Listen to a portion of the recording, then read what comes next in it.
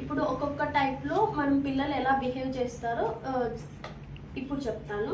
First moment streaming అంటే ఏంటంటే ఎక్కువ పిల్లలు మూమెంట్ స్టిమ్మింగ్ ఉన్న వాళ్ళు ఊగుతూ ఉంటారు, లైక్ హ్యాండ్స్ ఊపుతూ ఉంటారు, అంటే అన్వాంటెడ్ రిపీట్ మూవ్స్ చేస్తుంటారు హ్యాండ్స్ని, లైక్ రాకింగ్ మూమెంట్స్ చూస్తుంటారు. వాళ్ళు నడిచేటప్పుడు కూడా ముందుకు వెనక్కి ఊగుతున్నట్లు ఫుట్ని అట్లా పెట్టి ఊగుతూ ఊగుతూ నడవడము, ఇలాంటి రాకింగ్ మూమెంట్స్ నోటీస్ చేస్తాం. హ్యాండ్ ఫ్లాపింగ్ నోటీస్ చేస్తాము, స్పిన్నింగ్ మూమెంట్స్ నోటీస్ చేస్తాము, అన్వాంటెడ్ అన్కంట్రోల్డ్ జంప్స్ నోటీస్ చేస్తాం.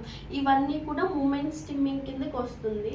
Next come to the auditory stimming అంటే ఏంటంటే ఎక్కువ సౌండ్స్ వినలేరు, లైక్ మిక్సీ సౌండ్స్ కానీ లేకపోతే బయట వెళ్తున్నప్పుడు వెహికల్ సౌండ్స్ ఇలాంటివి వచ్చినా వాళ్ళు ఇయర్స్ క్లోజ్ చేసేసుకోవడం లాంటిది మనం నోటీస్ చేస్తూ ఉంటాము. సో ఇది ఆడిటరీ స్టిమ్మింగ్లో మనం చూసే సైన్స్ అండ్ సిమ్టమ్స్ అనమాట.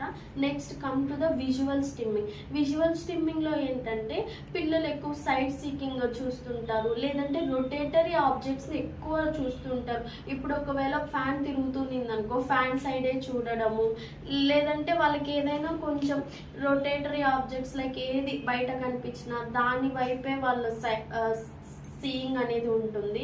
లేకపోతే మాట్లాడేటప్పుడు కూడా, లేకపోతే వాళ్ళు సిట్టింగ్లో ఉన్నప్పుడు కూడా సైడ్ సీకింగ్ అంటే సైడ్కి చూడడము, అలాంటిది మనం ఎక్కువ చూస్తూ ఉంటాం విజువల్ స్టిమ్మింగ్లో.